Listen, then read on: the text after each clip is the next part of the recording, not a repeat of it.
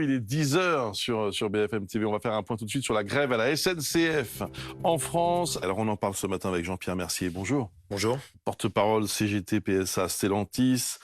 Emmanuel Le Chypre est également avec nous. Porte-parole. Non. Non, pas trop. Éditorialiste économique à BFM TV et BFM Business.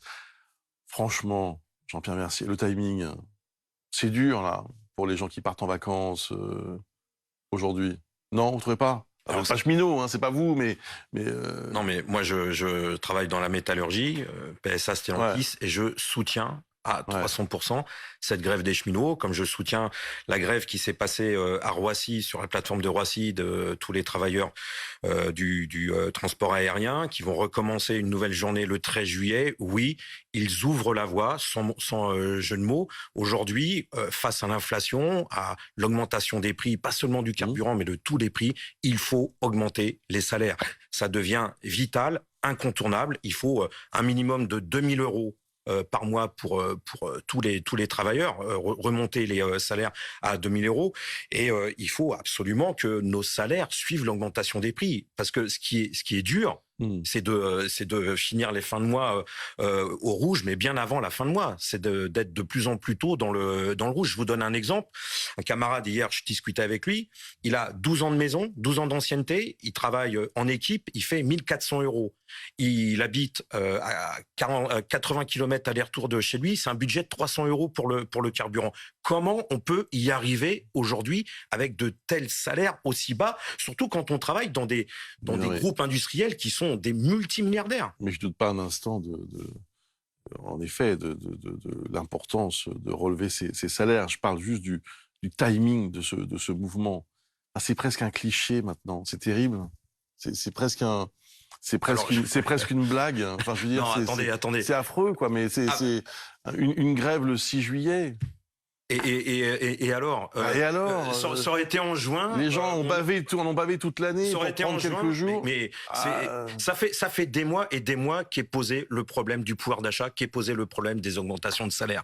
Et à un moment donné ou un autre, les patrons, il va falloir qu'ils cèdent, il va falloir qu'ils mettent la main à la poche. Parce que, encore une fois, c'est la seule solution pour garantir notre pouvoir d'achat et pour arrêter de finir dans les fins de mois de manière complètement lamentable. Alors, quand vous n'augmentez plus, par exemple, et ça ne vaut pas qu'à la SNCF, quand vous ne pratiquez quasiment plus, par exemple, l'augmentation collective, et que vous ne faites plus que de l'augmentation individuelle, vous arrivez à une situation comme celle qu'on a à la SNCF, avec des différences de traitement selon les catégories professionnelles, qui sont quand même assez compliquées à justifier. Quand vous voyez, moi ça me rend toujours malade, quand vous voyez les salaires des gens qui sont dans les technicentres, qui sont des techniciens de pointe, qui sont des gens qui réparent les TGV, qui travaillent dans des conditions difficiles pour souvent faire des miracles avec peu de moyens, qui gagnent 1700 € par mois, avec beaucoup qui démissionnent uniquement parce que la RATP, par exemple, leur propose 100 ou 200 € de plus par mois. Ça, c'est pas admissible. Vous avez quand même remarqué que depuis des mois et des mois, il n'y a pas de dialogue social entre le patronat au sens large du terme, le grand patronat, et puis l'ensemble, l'ensemble des salariés. Il y a plein de branches dans lesquelles ça discute et dans lesquelles il y a eu, prenons les routiers, même si on peut dire que c'est pas assez, prenons l'hôtellerie-restauration, il y a quand même eu des branches dans lesquelles les situations se sont quand même débloquées. Oui, parce que les salariés ont quitté ces boulots-là, parce qu'ils étaient payés au lance-pierre, avec des heures pas possibles et des conditions de travail extrêmement dures. Mais d'une manière générale, le monde du travail aujourd'hui, on subit depuis des mois et des mois, voire des années. Mais là, ça prend une acuité un peu plus importante parce qu'on a en face de nous, une inflation qui n'est pas contestée. Oui, c'est pour ça que je disais qu'il y avait aussi dans les revendications des cheminots des revendications qui sont celles de tous les salariés. Il faut aussi arrêter dans ce pays de considérer que la seule et unique réponse aux difficultés de pouvoir d'achat, c'est l'augmentation de salaire. Voilà. Là, on vient sur le discours patronal. Non, mais c'est pas ça, Jean-Pierre. Mais vous pouvez augmenter tous les salaires que vous voulez. Quand vous regardez le coût du logement aujourd'hui dans certaines grandes villes de France, je veux dire, il y a un moment où on ne peut pas considérer que la seule réponse, c'est l'augmentation de salaire. Faire baisser le coût du logement, ça devrait être une priorité numéro 1 de toutes les politiques économiques dans ce pays. Voilà. Et on ne le fait pas. Commençons par augmenter tous les salaires. Après, on pourra discuter de faire baisser les loyers, de faire baisser le prix du carburant, etc. Mais commençons par poser sur la table cette question taboue en France, mais pas qu'en France, c'est d'augmenter les salaires. Ça veut dire quoi? Comment on les finance, ces augmentations de salaire? En prenant sur les bénéfices. Et pourquoi je dis ça? Parce qu'ils sont faramineux, les bénéfices du CAC 40. Ils ont battu des records historiques. Jean-Pierre, vous considérez que tous les Français travaillent pour les entreprises du CAC 40. Et c'est toujours les mêmes arguments. Encore une fois, oui, il y a des entreprises dans lesquelles on peut très bien, aujourd'hui, distribuer des augmentations de salaire. La vôtre, par exemple. Et puis, il y a tout un tas d'entreprises qui ne peuvent pas. Donc, le pire, c'est quand même les augmentations généralisées. Parce qu'on sait très bien que ça fabrique du chômage au bout du compte.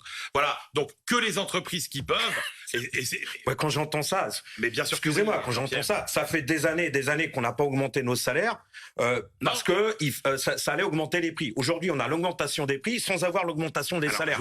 Les entreprises du CAC 40, ce sont les donneurs d'ordre. Ce sont eux qui donnent les ordres sur les centaines de milliers d'entreprises qui sont des fournisseurs et des sous-traitants. C'est eux qui tiennent la vie économique. Oui, c'est chez eux qu'il faut prendre l'argent pour augmenter les salaires. Déjà, augmentons les salaires de l'ensemble des entreprises du CAC 40 et vous allez voir que derrière, si on mettait notre nez dans les contrats commerciaux, dans les contrats industriels, on verrait comment s'organise cette dictature du CAC 40 sur l'ensemble des petites et moyennes entreprises. Et là, on pourrait ouvrir les livres de compte et voir exactement où est l'argent, dans quelle poche va atterrir tous ces profits faramineux, et puis taper dedans. Bien sûr qu'il faut se servir dans les caisses de ces grands groupes industriels. Sinon, elle est où la solution? Il n'y en a pas d'autre solution. Donc nous, on en a marre de crever à la fin du mois, on en a marre de faire un plein de carburant à 120 euros. 120 euros. Et les bénéfices de Total, on en parle quand?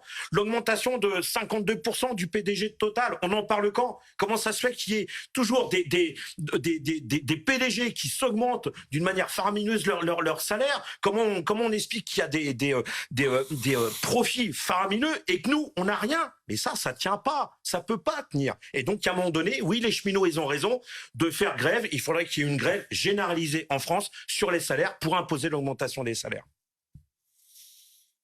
C'est assez convaincant.